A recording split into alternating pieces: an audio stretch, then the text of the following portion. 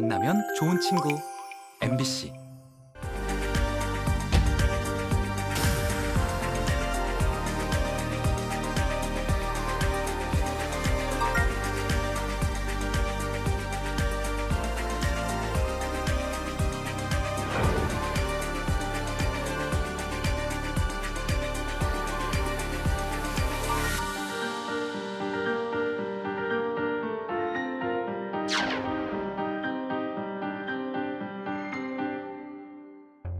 겨울철 한파나 빙판길로 인해서 미끄러짐 사고가 자주 발생하는데요. 이 사고로 인해서 특히나 어르신의 경우에는 엉덩이 뼈라고 불리는 고관절에 문제가 생겨서 걷는데도 불편할 뿐만 아니라 심할 경우에는 생명에도 지장을 줄 수가 있다고 합니다. 네, TV 메디컬 역선 오늘 이 시간에는 겨울철에 특히 주의해야 할 고관절 골절의 진단과 치료법 자세히 알아보겠습니다. 네, 오늘 도움 말씀 주실 뼈 건강 주치 소개해드리겠습니다. 정형외과의 서일 부장님이십니다. 안녕하십니까?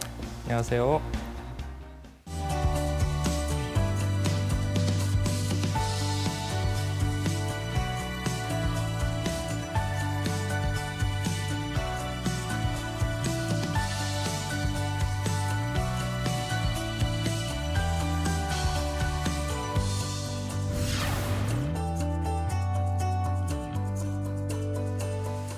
네, 엉덩이 뼈라고 불리는 고관절은 걷는 데 있어서 중요한 부위라고 또 잘 알려져 있는데요. 네.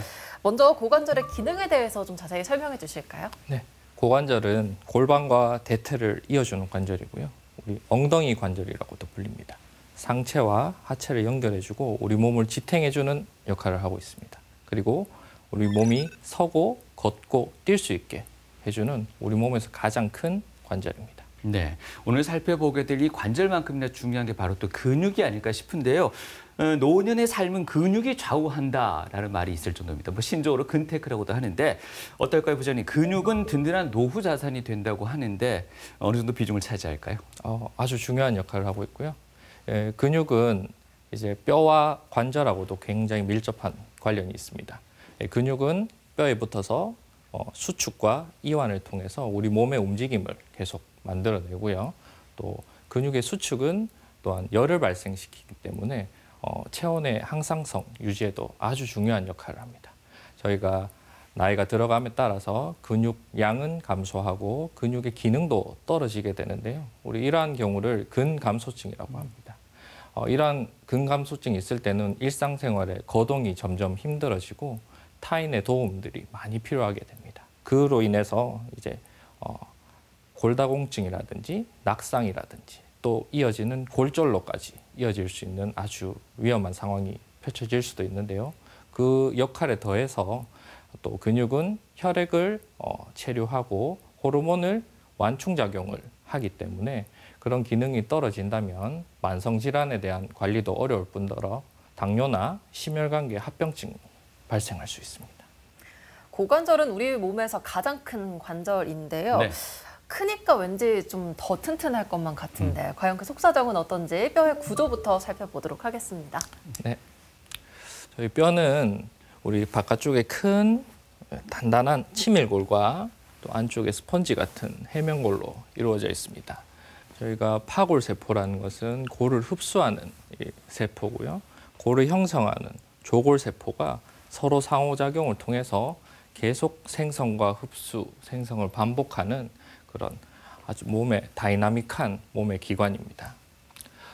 구조를 크게 보시면 우리 양 골단에 이제 관절면이 존재하고요. 이제 가운데 골간에 이제 우리 몸에 가장 큰 뼈들이 위치하고 있습니다. 바깥쪽에 골막과 이런 영양 동맥이 뼈에 영양 공급을 하고 있는 그런 구조로 되어 있습니다.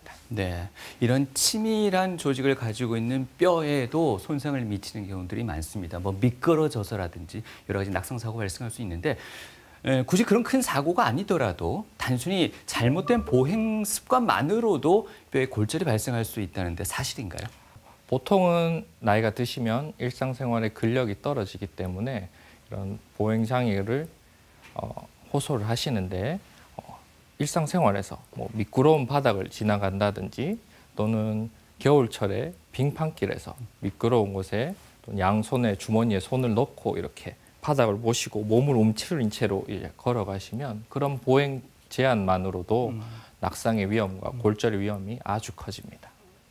나이가 들면 작은 충격에도 뼈가 쉽게 부러지곤 하잖아요. 네. 근데 환자분들이 뼈가 부러졌나요? 라고 물어보실 때도 있고 금이 갔나요? 라고 물어보실 때도 그렇습니다. 있는데 이 두 경우 모두 골절로 볼 수 있을지도 궁금합니다.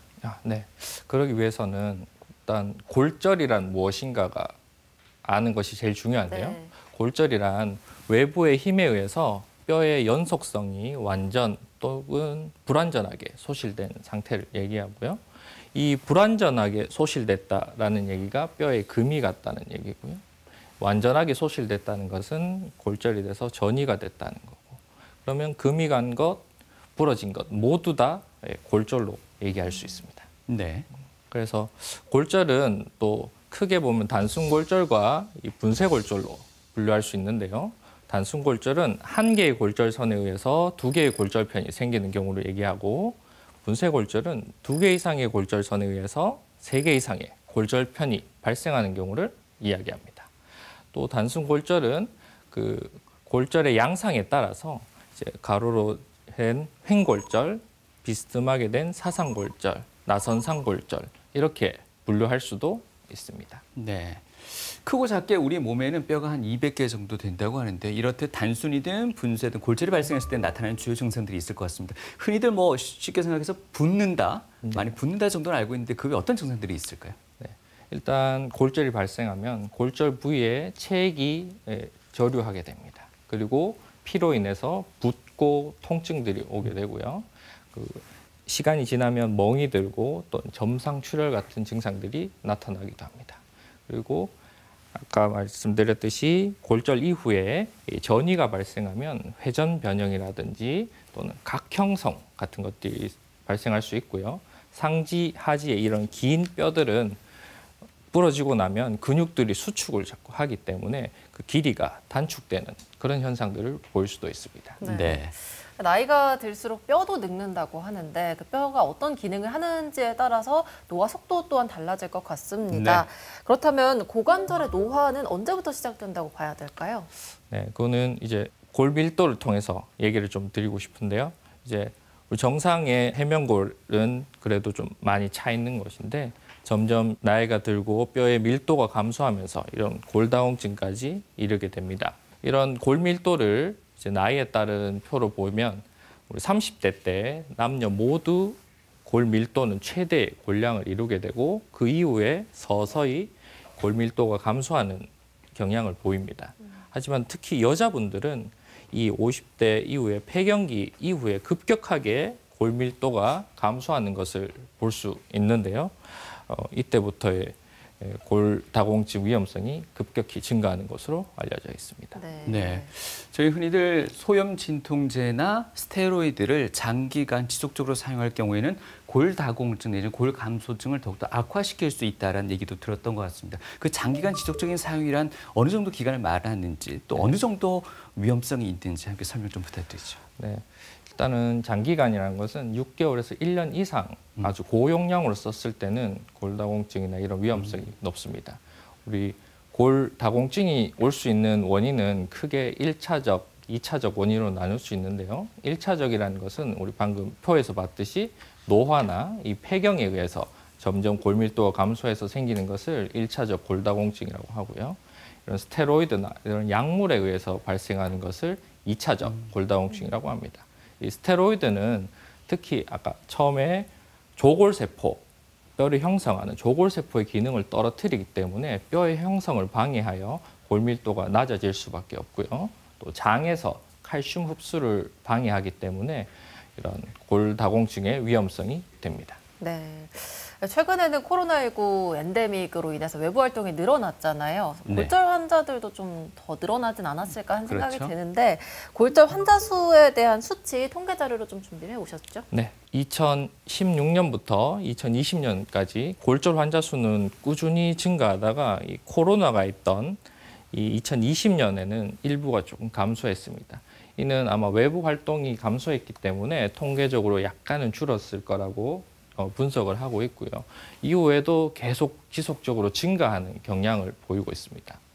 특히나 50세 이상의 이 환자분들이 이 골절 환자 수가 가장 많은 것으로 알려져 있고요. 이는 이 인구 분포와 무관하지 않습니다. 저희가 65세 이상의 고령 인구는 지속적으로 증가하고 있고 고령 인구의 수가 많을수록 골다공증 환자, 골절 환자가 늘어날 수밖에 없기 때문에 앞으로도 골절 환자의 수는 점점 늘어날 것으로 생각이 됩니다. 골절 환자의 비중을 보면 여성에서 오히려 더 위험하고 50세 폐경기 이후에 여성에서의 골절 위험성이 증가하는 것으로 알려져 있습니다. 우리나라가 2024년 12월부터는 이제 65세 이상 인구가 20%가 넘어가는 이 초고령 사회가 됐기 때문에 이 앞으로 골절 관리나 이런 것들이 좀 더 필요할 것으로 생각하고요. 이제 65세 이상의 어르신들은 이 낙상으로 인한 입원 환자율이 급격하게 늘어나게 됩니다. 이건 사회적으로도 아주 중요한 문제이기도 합니다. 그중에 낙상으로 인한 입원율이 가장 높은 계절은 겨울로 알려져 있습니다. 겨울에 움츠리고 미끄러운 환경들에 의해 낙상이 오는 확률이 조금 더 높기 때문에 다른 계절도 낙상으로 인한 확률이 높지만 겨울이 특히 다른 계절에 비해서 10% 이상의 높은 입원율을 더 보이고 있습니다. 그리고 겨울철은 이 표를 보시면 이 주거지와 일상생활에 있어서는 계절별 차이가 그렇게 크지는 않습니다. 하지만 겨울철 미끄러운 도로를 걷는 길과 도로에서 이동 중에 넘어져서 발생하는 확률들이 급격히 올라가기 때문에 겨울철에는 낙상을 조금 더 주의를 하셔야 됩니다. 그래서 65세 이상의 어르신들이 낙상으로 인해 입원을 하신다면 절반이 2주 넘게 입원을 하시고요. 그중에서 이들을 가장 괴롭히는 것은 고관절, 골절입니다. 네. 앞서 뭐 도표도 나왔습니다만은 야외 활동 중에도 분명히 골절 사고 많이 발생할 수 있습니다만은 실내 공간, 주거 공간 내에서도 또 우리 노인들 같은 경우에는 낙상 사고도 빈번하게 발생한다고 하던데요. 뭐 어떤 이유였을까요? 일단 일상 환경에서 또 욕조가 미끄러운 경우 어르신들은 근력도 떨어지고 하기 때문에 쉽게 넘어지면 넘어진 것만으로도 낙상으로 인한 골절 발생할 수 있고요. 그다음에 조명이 어두운 경우 이렇게 길 바닥에 있는 전선이라든지 카페트 같은 데서 걸려서 넘어지는 경우도 흔하시고 이 계단을 내려오고 또는 침대에서 내려오는 과정에서 또 넘어지는 낙상 사고도 있기 때문에 집 안에서의 낙상도 주의를 하셔야 됩니다. 청장년층 같은 경우에는 낙상을 하더라도 타박상이 그치는 경우가 많습니다. 하지만 고령층에서는 이런 작은 충격에도 쉽게 골절이 되기 때문에 골절 위험성이 아주 높은 것으로 알려져 있습니다. 이 노인층에 있어서는 이제 근력도 약하고 높은 골 교체율로 인해서 골 소실이 증가해서 골 질이 아주 떨어져 있습니다. 거기에 근력도 약하기 때문에 낙상의 위험성이 아주 노출돼 있기 때문에 이 골질이 저하된 것과 낙상이 합치면 골절로 이어지는 결과를 초래하게 됩니다. 네. 사고 발생 직후에는 당연히 통증이 있겠습니다만 하루 이틀 지나니 통증이 사라졌습니다. 거의. 그렇다면 사고 경중에 상관없이 수술까지는 안 가도 된다고 믿어도 될까요? 꼭 그렇지는 않습니다. 골절이 있더라도 환자분에 따라서 통증을 많이 못 느끼시는 분들이 가끔씩 계십니다. 그래서 통증 없이 걷다가 다리 길이가 짧아졌다 하고 오시는 분들 중에 실제로 골절이 몇 주가 지난 분들이 꽤나 있습니다. 그래서 통증이 있고 뭔가 변형이 있고 이런 골절이 의심되는 증상들이 조금이라도 있다면 적극적으로 검사를 하고 또 치료를 받으셔야 앞으로의 기능에 문제가 없을 것으로 생각됩니다.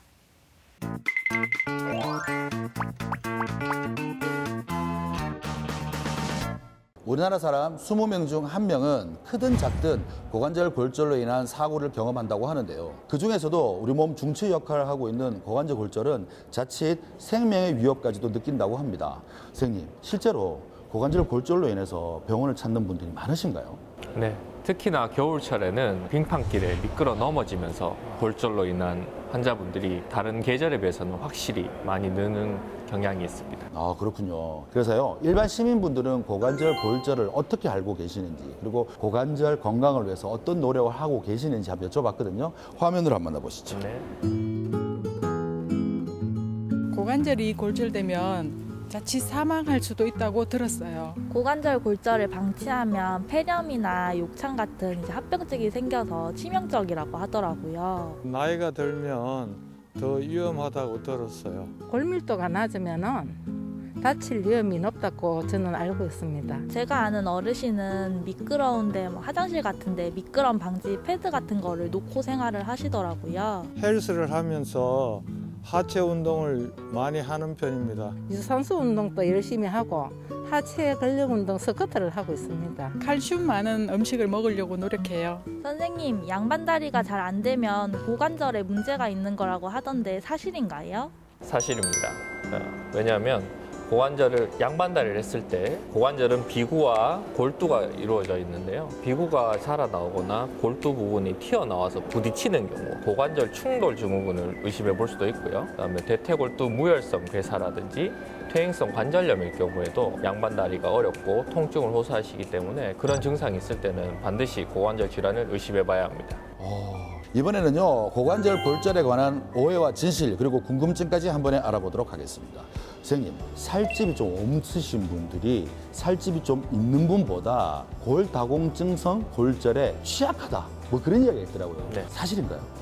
일부 사실입니다. 그래요? 뼈라는 것은 체중을 부하를 받아야 골 밀도가 높아집니다. 체중이 적은 분들은 상대적으로 부하가 적기 때문에 골 밀도가 낮을 확률이 조금 더 높고요. 체중이 올라갈수록 부하가 크기 때문에 골 밀도가 올라가는데 그렇다고 또 너무 과체중이나 비만으로 가면 오히려 골 밀도가 떨어지는 연구 결과를 보여서 적절한 체중과 적절한 근력 유지가 골 밀도 유지에 아주 필수적인 요소입니다. 그럼 고관절이나 이런 건강을 위해서는 매일 좀 운동을 해서 근육을 키우는 것도 도움이 되겠네요. 네, 아주 큰 도움이 됩니다. 아, 그렇군요. 고관절 골절 수술 이후에 인지 기능의 이상으로 인해서 선망 증상을 느낄 수도 있다. 이거 좀 말이 안 되죠. 선망 증상이라는 건 뭐 골절하고 상관이 없을 것 같은데 이런 이야기가 있더라고요. 선생님 어떻게 생각하시는지요? 네, 사실이고 실제로 많이 일어나고 있습니다. 이런 고관절 골절, 특히 고령에서 많이 발생하시기 때문에 이런 분들은 수상 당시 그리고 수술 전후로 선망 증상을 호소하시는 분이 상당히 많고요. 심하면 20에서 40%까지도 선망 증상을 호소하시는 환자분들이 있습니다. 그럼 그러면 따로 치료를 하는 건가요? 그렇죠. 약물보다는 그 가족분들과 같이 있고 좀 평소에 지내던 이 생활 패턴을 유지하는 것이 중요하기 때문에 네. 보호자분들이 항상 옆에 계시면 가역적이기 때문에 금방 또 회복하셔서 일상으로 돌아오실 수 있습니다. 너무 도래할 필요는 없다. 네. 그런 생각이 드는군요. 고관절 골절이라는 게 사실은 노인들에게 나이가 좀 있으신 분들에게 발생할 수 있는 골절이지 않겠습니까? 그런데 젊은 사람들도 고관절 골절이 있다고 하더라고요. 교통사고 혹은 높은 데서 떨어지는 낙상에 의해서 사고가 이루어진다고 하는데 노인성 고관절 골절과 젊은이들의 고관절 골절의 치료 방법은 차이가 있다 이러던데 이건 말이 안 되죠. 하지만 일부는 사실입니다. 또 이것도 일부가 사실입니다. 왜냐하면 이제 젊은 분들은 대퇴골두와 관절면을 유지하려고 최대한 노력을 하고요. 노인분들 같은 경우에는 대퇴골두를 치환을 해도 일상생활로 빠르게 복귀하는 것이 먼저 중요하기 때문에 거기에 중점을 두어서 치료를 하기 때문에 약간은 다를 수는 있습니다. 네, 고관절 건강에 대한 궁금증 질문 있습니다를 통해서 알아봤습니다. 네. 골반과 허벅지뼈를 연결해주는 고관절은 우리 몸에서 굉장히 중요한 관절인데요. 낙상 사고로 인해서 골절되기 쉬운 부위가 고관절뿐만이 아니라고 합니다. 부장님, 어떤 부위가 또 골절 위험이 높겠습니까? 네, 저희가 이렇게 가다가 넘어지게 되면 본능적으로 손을 뻗습니다. 그렇죠. 네. 그렇기 때문에 손을 짚으면서 이 손목 부위 골절이 흔하고요. 짚으면서 넘어지면서 엉덩방아를 찢기 때문에 고관절 골절, 그리고 낙상으로 인한 충격으로 인한 척추의 압박 골절. 그래서 이 척추와 손목, 대퇴골 요 세 부위가 가장 흔하게 호발되는 골절 부위입니다. 네. 사실 이런 사고로 인해서 고관절에 뭔가 무리가 가해졌을 때는 가장 큰 골반이기도 하고 그 골반 속에 여러 장기들이 또 포함되어 있다 보니 연쇄적으로 다른 골격이나 또 다른 장기에 영향을 미치진 않을까, 악영향을, 그런 우려도 있는데 어떻습니까? 이 특히 대퇴 주변 골절은 그래도 골반 안에 이 장기들이 있기 때문에 비교적 상대적으로 다른 장기 손상이 덜한 편입니다. 하지만 골반 환이라든지 비구 골절이 안쪽으로 치고 들어가는 경우에는 다른 장기 손상이 동반되기 때문에 아주 위험한 결과를 초래할 수 있습니다. 네. 네. 사실 겨울철에 이렇게 길을 다니다 보면 넘어지는 경우가 좀 흔하게 발생을 하는데 네. 통증이 있어도 뭐 며칠 지나면 괜찮겠지 하고 그냥 넘기시는 분들도 있거든요. 그래서 막 약국에서 파스라든지 뭐 진통소염제만 처방받고 버티시는 분들이 많으신데 골절이 의심될 때 즉각적인 치료를 받아야 하는 이유는 어디에 있다고 보십니까? 일단은 골절이 다음과 같은 증상이 있으면 치료를 받아야 되는데 왜 그러냐면 골절을 방치했을 때는 특히 고관절 골절 같은 경우에는 생명을 위협하는 이런 합병증들이 발생할 수 있습니다. 고관절 골절은 수상 이후에는 일어나서 거동할 수 없기 때문에 계속 누워 지내면 폐라든지 심장 합병증들이 아주 높아지고요. 그다음에 혈관 질환들 같은 합병증이 높아지기 때문에 반드시 조기 진단과 치료가 필요하고요. 그 이외에도 관절 주변의 골절이라면 추후에 골절 치료를 적절하게 하지 않았을 때 관절염 발생 비율이 아주 높기 때문에 그 기능적 회복을 위해서라도 적극적인 진단과 치료가 필요합니다. 네. 사실 골절이 없더라도 고관절 또한 노화로 인해서 퇴행성 변화가 분명히 있을 것 같고요. 또 그런 퇴행성 변화가 사고로 인해서 속도가 더 빨라질 수도 있을 것 같습니다. 어떨까요? 일단은 우리가 몸의 퇴행성 변화는 이제 많이 사용해서 하는 퇴행성 관절염이 있을 수 있고요. 또는 류마티스 질환으로 인한 류마티스 관절염, 그리고 대퇴골두로 가는 혈류가 장애가 오기 때문에 오는 대퇴골두 무혈성 괴사 등 이렇게 세 가지 원인들이 가장 큰 관절염을 일으키는 원인이기도 하고요. 이제 골절 이후에는 이제 관절면이 다쳤기 때문에 이것들이 퇴행성 변화로 진행하는 속도들이 엄청 빨라집니다. 그렇기 때문에 적극적인 치료와 관리가 필요하고 그런 속도 조절에 대한 그 치료가 필요합니다. 네, 미끄러짐과 같은 낙상 사고는 사실 누구에게나 주의가 필요한데요. 특히나 뼈가 약한 골다공증 환자 같은 경우에는 더욱더 낙상 사고에 좀 주의를 해야 되겠죠? 예, 앞에서도 잠깐 보셨지만 이 정상인에 비해서 골다공증 환자분들은 이제 골, 다공, 구멍이 많다. 이 해명골의 밀도가 떨어져 있다는 것을 의미합니다. 그래서 이 골다공증은 뼈에 구멍이 생겨서 뼈의 강도가 약해져서 쉽게 부러지는 질환으로 알려져 있고요. 소리 없는 뼈도둑이다 또는 침묵의 질환이라고도 알려져 있습니다. 이는 특별한 전조 증상이 없기 때문에 이제 경미한 충격에 의한 골절 이후에 골다공증을 확인하는 경우가 사실은 대부분입니다. 그래서 표에서 골밀도는 여성분들 그리고 고령에 호발한다고 설명을 드렸죠. 그래서 이런 골다공증의 위험 요인은 65세 이상의 고령 그리고 폐경기 여성, 골다공증에 가족력이 있는 경우, 운동이 부족한 경우, 그다음 칼슘 흡수가 장애가 있거나 비타민 D가 결핍이 돼 있는 경우, 갑상선 호르몬이나 항암제 등의 약물로 인한 2차적 골다공증의 원인이 될 수도 있고 흡연과 음주도 골다공증의 위험 요인입니다. 이 골다공증의 환자 수는 인구의 고령화가 진행될수록 늘 수밖에 없습니다. 골절과도 상호작용을 하는 것이고요. 그중에 여성 환자분들이 94.4%로 대부분을 차지하게 됩니다. 연령 대비 비율을 보시면 50세 이상, 60세 이상으로 대부분의 환자를 차지하는 것으로 알려져 있습니다. 네, 연세도 연세지만 앞서 보여주신 화면 속에서 94%가 여성이 차지하고 있다는 부분이 상당히 특징적인 것 같습니다. 골다공증 환자들의 경우에는 주사 치료도 받고 약물도 복용하신다고 들었는데요. 골절 치료 시에는 이 골다공증 약을 꼭 끊어야 된다, 아니면 경우에 따라서 뭐 계속 복용이 된다 등등의 설이 많은 것 같습니다. 거기에 대해서는 부장님 어떻게 생각하십니까? 이건 사실 의사들 사이에서도 아직까지 결론이 나지는 않았습니다. 이 골다공증 치료라는 것은 이제 골 흡수를 이제 억제하는 치료제도 있고 골 형성을 촉진하는 치료제, 이렇게 크게 두 가지로 나뉠 수 있습니다. 근데 우리가 쓰는 대부분의 골다공증 치료제는 골 흡수를 억제하는 치료제입니다. 그래서 만약에 골절이 있을 때 골 흡수를 억제하면 처음에 설명드렸던 파골세포와 조골세포인데 조골세포의 기능이 파골세포의 기능을 떨어뜨리면 조골세포도 상대적으로 좀 떨어지게 돼서 그러면 골절 치료에 악영향을 미치는 게 아니냐라고 이론적으로는 생각할 수 있지만 실제로 사용했을 때는 골절 치료에 큰 영향은 없는 것으로 밝혀져서 사실 골다공증 치료는 지속하는 게 좋고 병적 골절이라든지 비전형성 골절 같은 경우에는 골 형성 촉진제 쪽으로 골다공증 약을 바꿔서 이제 치료를 진행하는 게 좋습니다. 이는 2차성 재골절이 발생했을 때의 사망률은 훨씬 더 높아지기 때문에 재골절을 예방하기 위해서라도 골다공증 치료는 지속해야 합니다. 네, 골절이 발생했을 때 최대한 빠른 치료를 받는 게 무엇보다 중요하다고 설명을 해주셨는데요. 뼈가 부러지거나 금이 갈 때, 골절이 의심될 때 병원에 방문하면 어떤 검사들을 먼저 받게 될까요? 네, 일단 골절 의심 부위를 계속 눈으로 관찰하고 소리가 나는지 붓지는 않았는지를 먼저 확인하고요.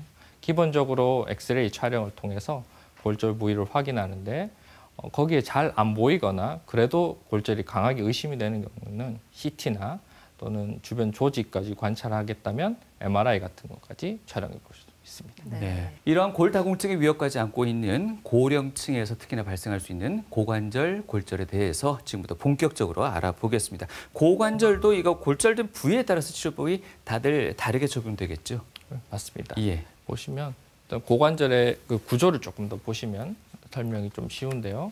이제 고관절은 이 우리 흔히 뚜껑이라고 하는 비구와 대퇴골두, 대퇴경부, 그리고 대전자부, 소전자부, 그리고 이 둘을 잇는 전자간부로 이루어져 있습니다. 그러면 각각의 제가 설명했던 부위별로 다 골절이 있을 수 있고 그 부위마다 치료 방법은 다 조금씩은 차이가 있습니다. 대퇴골두의 골절, 경부 중간의 골절, 전자간의 골절, 전자하 골절 이렇게 있는데요. 이 고관절 주위 골절은 어떤 형태의 골절이라도 거동이 어렵기 때문에 장기간 누워 생활을 해야 돼서 적극적인 수술적 치료를 요하는 곳입니다. 이들은 누워 계시기 때문에 욕창이나 폐렴, 근육이 위축되고 혈전에 의한 뇌졸중이나 폐색전증 같은 치명적인 합병증을 유발하게 됩니다. 그래서 독립생활이 불가능하고 옆에서 부축을 하거나 해야 되기 때문에 이런 우울증이나 불면증 같은 정신질환도 호소를 하게 됩니다. 그리고 한번 골절이 발생 시에는 재골절 위험이 3배 이상 증가하는 것으로 되어 있고요. 저희가 수술적 치료를 잘 하더라도 수술 전의 상태와 거동 정도로는 한 50에서 70% 정도만 회복하는 것으로 보통은 알려져 있습니다. 치료 방법은 보존적 치료와 수술적 치료로 나뉠 수 있는데요. 이 보존적 치료는 수술적 치료가 도저히 불가능하고 마취나 수술에 적합하지 않은 경우를 제외하고는 대부분은 수술적 치료로 해결을 해야 합니다. 수술적 치료 방법은 금속 나사로 고정을 하거나 뼈 안에 금속 정으로 고정을 하거나 관절을 인공관절로 바꿔주는 그런 수술 방법들을 쓸 수 있습니다. 다음 같은 경우에는 대퇴경부였는데 금속 나사못을 이용해서 골절 부위를 고정해 볼 수 있고요. 이런 손상된 고관절을 아예 인공관절로 바꿔주는 이런 인공관절 치환술을 해볼 수 있고, 이렇게 금속 안에 금속정을 넣어서 골절 부위를 고정하는 내고정술을 사용해서 치료를 할 수 있습니다. 그래서 고관절 수술을 꼭 해야 되냐라는 질문들을 환자분, 보호자분들이 많이 하십니다. 그래서 저는 꼭 수술적 치료를 무조건 우선적으로 권장을 드립니다. 이 고관절 골절 자체가 다른 부위의 골절 시에 사용하는 부목 같은 걸 댈 수 없는 부위이기도 하고요. 특히 또 대퇴경부는 관절강 내에 있어서 유압하기가 굉장히 어렵기 때문에 수술적 치료를 통해서 치료를 해야 합니다. 네, 3가지 치료 수술법에 대해서 설명을 해주셨는데 네. 앞서서도 얘기해 주셨지만 중년 여성의 경우에는 골다공증 위험이 굉장히 높아진다고 해주셨잖아요. 네. 이렇게 뼈가 약한 환자분들 같은 경우에도 방금 얘기해 주셨던 인공 고관절 수술이 가능한 건지 궁금하거든요. 네. 예전에는 이제 고령 환자에 있어서 마취나 수술법이 좀 발달이 안 됐을 때는 수술하지 말자, 기다리자 이런 분들이 많았었는데요. 최근에는 수술 기법도 발달하고 또 골다공증이 있는 경우에 특별한 방법을 써서 조금 더 튼튼하게 고정할 수 있기 때문에 그런 분들도 충분히 인공관절 수술이 가능합니다. 네, 임플란트 같은 경우에는 저희가 잇몸이 이상이 생겼을 경우에는 교체를 하거나 제거를 하거나 교체하는 그런 경우들이 있습니다.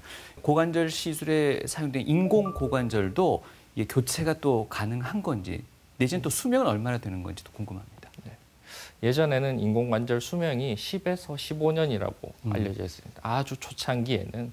근데 이제 의학 기술도 발전하고 인공관절면에 대한 연구도 많이 이루어졌기 때문에 현재는 20년, 30년 이상도 사용할 수 있을 거라 생각하고 생활습관 변화만 잘 해주신다면 오랫동안 안정적으로 사용할 수 있고요. 그다음에 혹시라도 그 수명이 다 하더라도 2차적인 수술을 통해서 재수술을 통해서 인공관절을 새로이 넣을 수 있기 때문에 그런 걱정은 안 하셔도 될 것 같습니다. 네, 일단 고관절에 문제가 생기면 걷는 게 힘들고 앞서 얘기해 주신 것처럼 거의 뭐 누워서 생활해야 되는 경우들도 흔한데요. 네.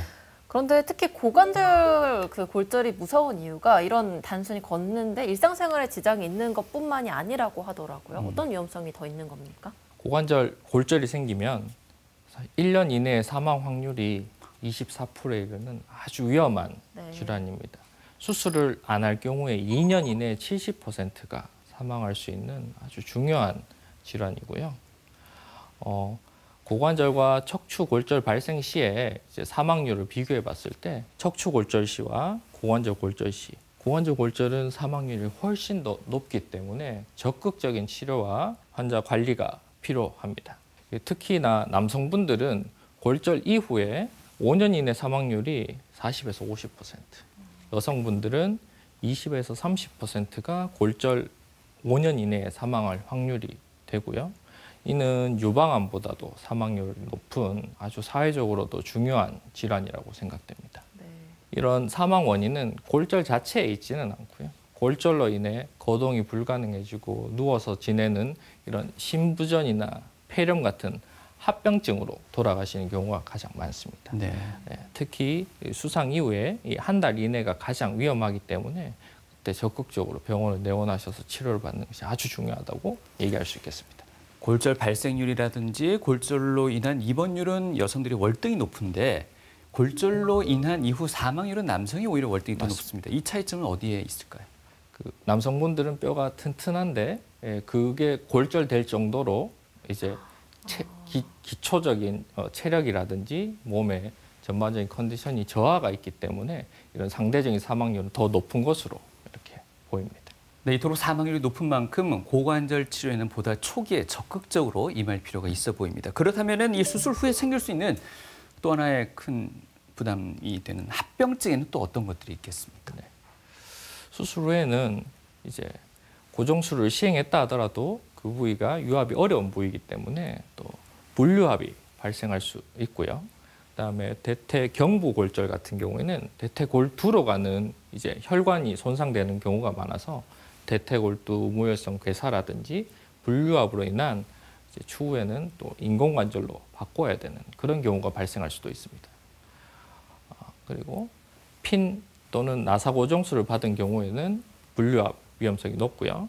아까 얘기했듯이 경부에는 해부학적으로 관절막에 쌓여 있고 위치가 불유압이 아주 많은 위치이기 때문에 아주 치료에 있어서도 조금 더 조심을 해야 합니다. 이제 골유압 여부는 수술 후 3에서 6개월 정도의 엑스레이나 CT로 확인을 해볼 수 있고요. 불유압이 발생했을 때는 지속적으로 수술 후에 통증이 있다든지 체중을 부하했을 때 통증이 있는 경우가 많기 때문에 이는 주기적인 외래 경과 관찰을 통해서 반드시 유압 여부, 불유압 여부를 확인하셔야 됩니다. 그리고 잠깐 언급했던 무혈성 괴사는 이제 대퇴골두로 흘러가는 혈액이 이제 혈관이 손상되는 경우가 많기 때문에 뼈 조직의 괴사가 일어나게 됩니다. 이러한 골절 환자 중에 무혈성 괴사가 일어날 확률은 10에서 30% 정도 되며 그중에 한 80% 이상이 2년 이내에 발병하는 것으로 알려져 있습니다. 이런 진단은 엑스레이 또는 초기 진단을 위해서는 MRI로서 진단이 가능하고요. 그 의심할 수 있는 증상으로는 서해부에 국한된 통증이나 또 다리로의 방사통, 체중 부하 시 통증 이런 소견들이 있다면 적극적으로 검사를 해봐야 합니다.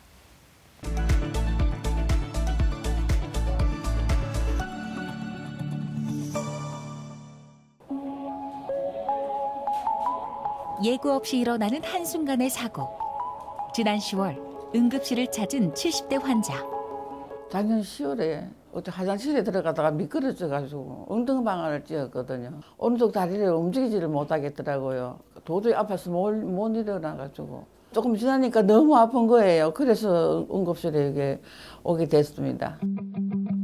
내원 당시 대퇴골의 큰 돌기인 대전자와 작은 돌기인 소전자 사이가 골절되어 몸을 움직이는 것조차 힘들었다는 환자.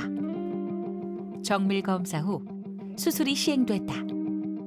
우측 고관절 통증을 호소하셔서 저희가 엑스레이랑 CT 촬영을 통해서 대퇴 전자간부의 골절로 진단을 내렸습니다. 대퇴 전자간부 골절은 사실 대퇴 골두로 가는 혈류는 잘 없기 때문에 대퇴 골두가 조금 안전할 확률이 좀 높은 골절이고요. 대퇴 경부 골절은 대퇴 골두로 가는 혈류가 문제가 되기 때문에 나중에 대퇴 골두를 치환해야 된다든지 이런 위험성이 높은 비슷한 부위지만 아주 다른 결과를 이뤄내는 골절입니다.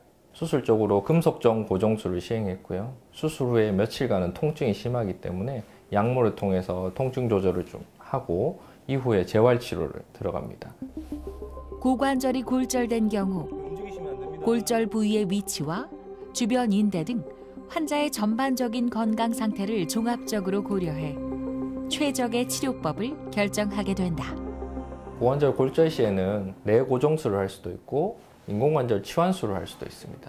이는 대퇴 골두가 잘 살아있을지 여부를 가지고 판단을 하는데요. 충분히 유지가 될 것 같으면 내고정술 위주로 하고 유지가 안 되면 이제 인공관절 치환술을 생각해 보아야 됩니다. 그래서 이 환자는 이제 대퇴 골두가 살 확률이 아주 높았기 때문에 내고정술을 시행했습니다. 이 환자 같은 경우에는 과거에 좌측에 대퇴 경부 골절에서 수술한 경력이 있는데요. 그 골절 경력이 있는 분들이 재골절 위험성이 높습니다. 그래서 우측 대퇴 전자간부 골절이 같이 발생했을 확률이 아주 높습니다. 수술 후 3개월. 빠른 회복을 위해서는 꾸준한 재활 치료가 무엇보다 중요한데 현재 환자의 상태는 어떨까? 재활이 아주 잘 되고 지금은 일상으로 복귀가 이전 수준으로 다 이루어졌습니다. 정말로 좋은 결과를 보이시는 분들이거든요. 다치기 전에 활동 상태가 아주 활발하신 분일수록 또 재활에 대한 의지가 강할수록 재활이 성공할 확률이 아주 높습니다. 앞으로 지금 하시고 있는 재활만 꾸준히 하신다면 일상생활을 충분히 영위하시면서 살 수 있습니다. 복지관에 가갖고 안 움직이는 거 그런 거 살살 운동하고 팔공산 가빠이 가고 싶습니다. 뭐 언제 좀 될지 몰라도 갈 날이 아니겠습니까?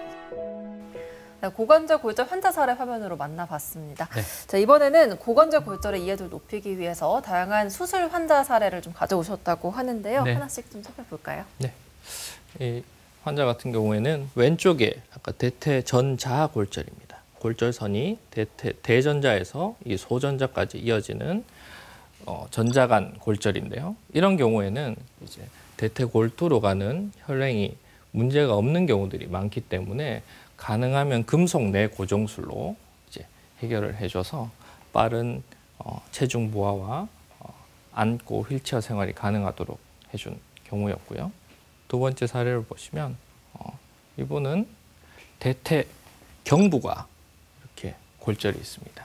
대퇴 경부에 골절이 있고 전이가 있고 그리고 나이가 80세로 많으신 분이었기 때문에 이런 경우에는 대퇴 경부 골절일 경우에는 대퇴 골두로 가는 혈행에 문제들이 많을 수 있기 때문에 이런 경우에는 이런 부분 인공관절 치환술을 통해서 빠르게 걷고 생활할 수 있도록 치료를 할 수 있습니다.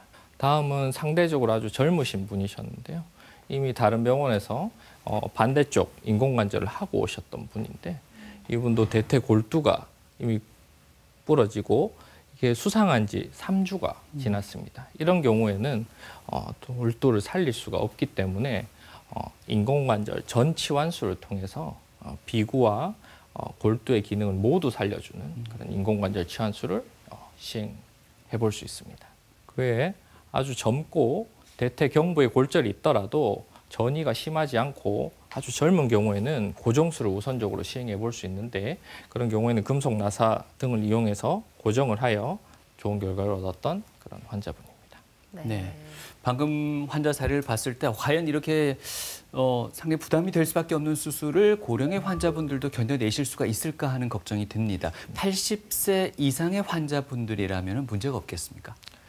최근에 고령사회로 진입하면서 수술 환자의 고령화도 같이 진행하고 있습니다. 그럼 그로 인해서 마취의 방법이나 마취에 쓰는 약, 그리고 수술 전후의 관리도 고령 환자에 좀 특화돼서 진행되고 있기 때문에 그런 위험이 있지만 적극적인 치료를 해서 빠르게 일상으로 회복하는 것이 환자와 환자 보호자분들의 일상을 영위할 수 있는 아주 좋은 치료 방법이라고 생각이 됩니다. 네.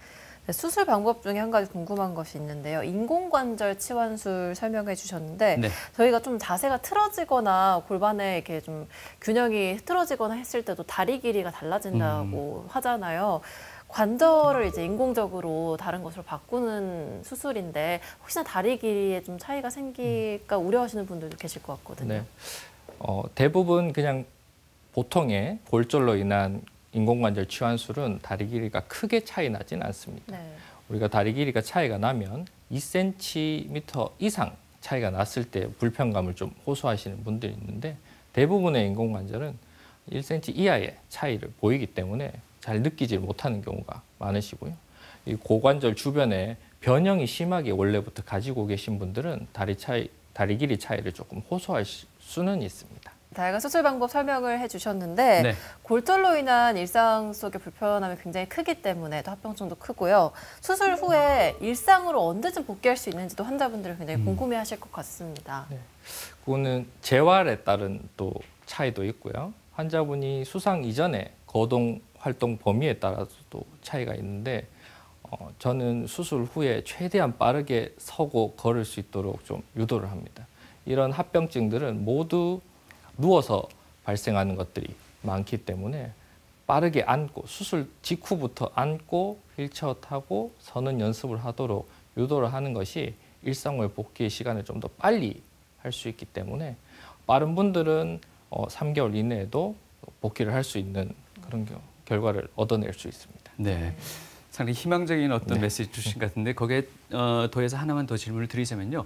사실 사망률도 높고 또 합병증도 상당히 위험한 것들을 많이 언급해 주셨습니다. 그러다 보니 이 고관절 사고 내지는 부상 이후에 환자들이 벌써부터 절망감에 빠지는 경우들도 많은데요. 과연 어떤 조언을 좀 해줄 수가 있겠습니까?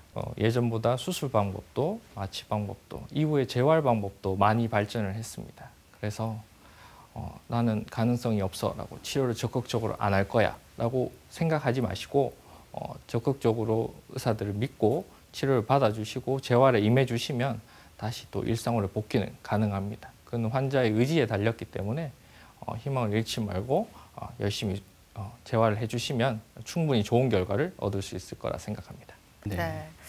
고관절 골절은 한 번 발생하게 되면 뭐 재발이나 합병증 위험이 높기 때문에 무엇보다 예방이 최선의 방법일 것 같습니다. 고관절 골절 예방하는 좀 바람직한 자세 어떤 것들이 있을까요? 예방을 위해서는 이제 걷기나 스트레칭 등의 근력 그리고 균형 감각을 충분히 회복하는 것이 중요합니다. 그리고 외출 시에는 꽉 끼는 외투 대신에 활동이 좀 편안한 옷을 입고 다니시고요. 겨울철에는 빙판길을 특히 피하셔야 되고 그리고 주머니에 손을 넣거나 움츠러들어서 바닥만 쳐다보는 이런 동작들은 좀 피하셔야 되고요. 좀 근력이 좀 약하다면 지팡이라든지 이런 보조기구를 좀 같이 활용을 하는 것이 중요하겠습니다. 그리고 보폭은 조금 작게 걸어주신다면 낙상 위험이 조금은 줄어들 수 있을 것 같습니다. 그리고 바깥 활동을 하는 것 이외에도 실내에서 낙상들이 많기 때문에 침실이나 화장실에서도 화장실의 바닥에 물기를 빠르게 제거를 해준다든지 문턱이라든지 발에 걸리기 쉬운 전기 플러그 같은 장애물은 제거하고 또 적당히 밝은 조명을 유지해서 충분한 시야를 확보하는 것이 낙상 사고를 예방할 수 있는 방법입니다. 그리고 주기적으로 골밀도 검사나 약물을 통해서 골다공증을 치료하는 것이 중요합니다. 골다공증 치료 약물뿐만 아니라 충분한 칼슘과 비타민 D 섭취도 아주 중요한 것으로 알려져 있고요. 유제품이나 또 적절한 야외 활동을 통해서 이 비타민과 칼슘의 보충을 하는 것이 아주 중요하겠습니다. 마지막으로 이 프락스라는 이런 골절 위험도를 계산할 수 있는 또 사이트가 모두에게 오픈되어 있습니다. 여기에는 골절의 위험과 골다공증성 골절의 위험이 되는 요소들이 다 들어있는데요. 이렇게 각각 입력을 하시면 골절의 위험도가 어느 정도인지도 충분히 측정할 수 있는 일반인 분들도 사용할 수 있는 그런 사이트라서 이런 위험 인자들을 잘 관리하시고 생활하시는 것이 이제 골다공증과 골다공증으로 인한 골절 위험을 감소시킬 수 있는 아주 중요한 역할이라고 할 수 있겠습니다.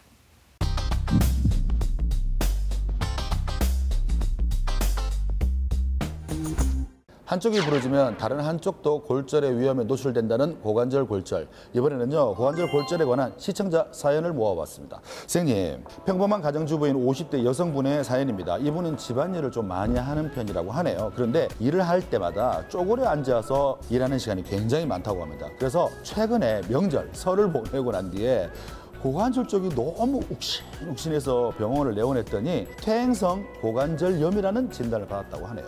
주변에서는 고관절 염증을 제때 치료받지 않으면 고관절 골절될 위험도 높다, 뭐 이렇게 많은 분들이 걱정하고 있다고 하는데 이게 진짜인가요? 아닙니다. 네. 골절 위험은 높아지지는 않습니다. 하지만 무리한 활동이나 그런 걸 계속할 경우에는 관절이 계속 관절염이 진행을 하기 때문에 추후에는 인공관절 같은 관절 치환술로 가야 될 확률이 높지 골절 위험이 더 증가하는 것은 사실이 아닙니다. 아, 그래요? 치료할 때 좀 제대로 정확하게 치료를 해야 되겠군요. 맞습니다. 이번 사연은요, 건강에 관심이 많은 30대 남성분의 사연입니다. 이분의 어머니께서 최근에 빙판길을 걷다가 미끄러지셔가지고 엉덩방아를 찍었던 모양입니다. 오른쪽 고관절 부위가 골절이 생겼던 모양이에요. 다행히 바로 병원을 갔다고 합니다. 지금은 회복 중인데 당시 어머니께서는 최대한 몸을 움직이지 않으시고 고정된 자세로 구급차를 기다렸다고 해요. 고관절 골절의 사고가 일어났을 때 119가 올 거 아닙니까? 바로 병원을 가야 하니까. 이럴 때 기다릴 때 꼭 취해야 되는 자세나 혹은 응급처치법이 있는지 선생님 여쭤보고 있습니다. 선생님 좀 솔루션이 필요한 것 같아요. 네, 일단은 고관절 골절 시에는 앉거나 일어서시면 안 됩니다. 무리한 움직임을 하시면 골절 주위의 신경, 혈관, 근육들이 추가적으로도 다칠 수 있기 때문에 일단 다친 자세, 가만히 좀 누워 계시는 게 가장 중요합니다.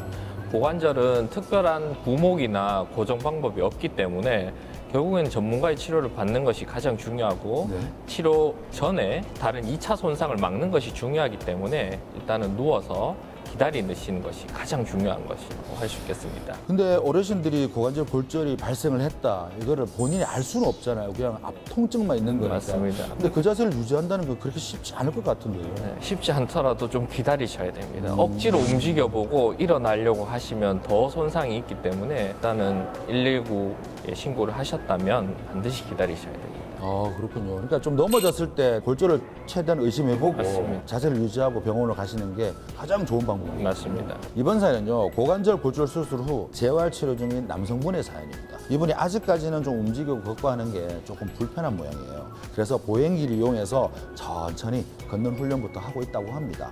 근데 이분의 걱정은 이렇게 재활 훈련을 하더라도 일상생활로 복귀할 수 있는 건지 가능한 건지 조금 의심하고 있다고 하는데, 선생님, 재활 훈련만 잘 받으면 일상으로 복귀할 수 있는 거죠? 네, 대부분 가능합니다. 수술 이후에 복귀할 확률은 50에서 70% 정도밖에 안 된다고는 하는데 다치기 전에 어느 정도 일상생활을 했는지도 굉장히 중요하고요. 그다음에 재활을 얼마나 열심히 하는지도 굉장히 중요합니다. 일상으로 복귀는 충분히 가능하다고 저는 생각하고 응원해드리고 있습니다. 집에서 할 수 있는 훈련으로는 걷는 거, 이런 일상 활동을 자꾸 우리 몸의 근육에 기억을 시켜줘야 하고요. 그런 것들만 반복을 해줘도 근력이라든지 이제 골 유압이라든지 얻는 속도가 훨씬 더 빨라지기 때문에 일상으로 복귀는 이루어질 수 있을 것입니다. 그렇다고 퇴원 후에 재활 운동을 핑계로 과격한 운동 있지 않습니까? 좀 거칠고 무거운 거 들고 산을 막 등반을 한다든가 이런 거는 하면 안 되죠? 네, 그런 건 하시면 안 됩니다. 충분한 골유압과 근력이 올라왔을 때 이제 점점 강도를 높여서 운동을 하셔야지 욕심에 과격한 운동과 그런 것을 하시면 다른 재골절 위험들이 있기 때문에 그런 것들은 반드시 지양해야 하겠습니다.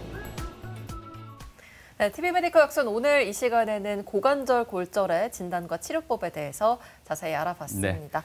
네, 부장님, 끝으로 시청자분들께 당부의 한 말씀 부탁드릴게요. 네, 저희 초고령 사회로 진입함에 따라서 이제 골다공증 환자가 늘고 그로 인한 낙상 사고로 인한 골절 환자가 점점 늘고 있습니다. 이들에 대한 적극적인 치료가 되지 않는다면 높은 사망률을 보이고 환자분뿐만 아니라 환자의 가족들까지 고통받을 수 있습니다. 그래서 이러한 고관절 골절이 의심이 된다면 적극적으로 정형외과 병원을 방문하여서 진단과 치료를 받아서 일상으로 회복을 돕는 것이 필요하겠고요. 치료를 하는 것도 중요하지만 예방적으로 골다공증에 대한 관리라든지 근육 운동으로 통한 충분한 근력을 유지하는 것이 행복한 삶을 살 수 있는 지름길이 아닌가 싶습니다. 네. 사실 젊은 층에서는 미끄러지더라도 단순 찰과상으로 끝날 수 있는 일들이 뼈가 약한 어르신들, 노년층에서는 큰 부상으로 이어질 수 있습니다. 네. 하지만 그럼에도 불구하고 그 통증을 그냥 참고 버티시는 분들이 그렇게 많다고 하십니다.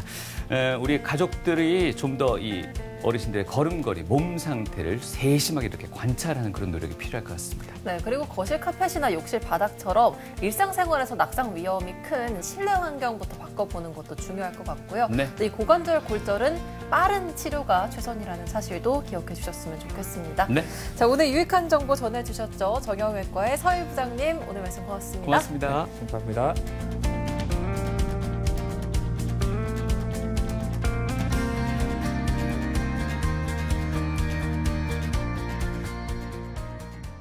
교통사고로 인해서 다발성 골절로 응급실로 오신 60세 여자 환자분이신데요. 생명이 위협받는 여러 상황이 몇 달 동안에 여러 차례의 수술을 통해서 다시 회복을 했는데요. 그분이 걸어서 외래로 오셔가지고 저한테 고맙다고 이렇게 하고 웃어주시고 감사하다고 할 때 저도 환자분한테 감사하다, 잘 나아주셔서 감사합니다라고 하고 서로 웃으면서 이야기할 수 있는 그런 상황이 정형외과 의사로서는 가장 보람찬 순간이 아닌가 싶습니다.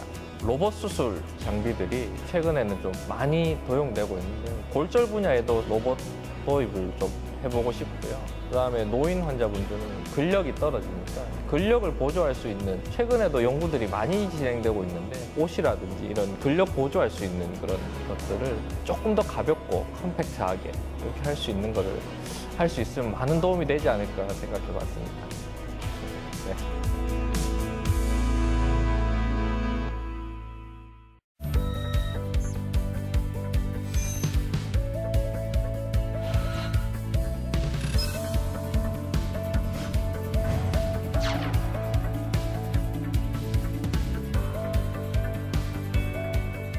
만나면 좋은 친구 MBC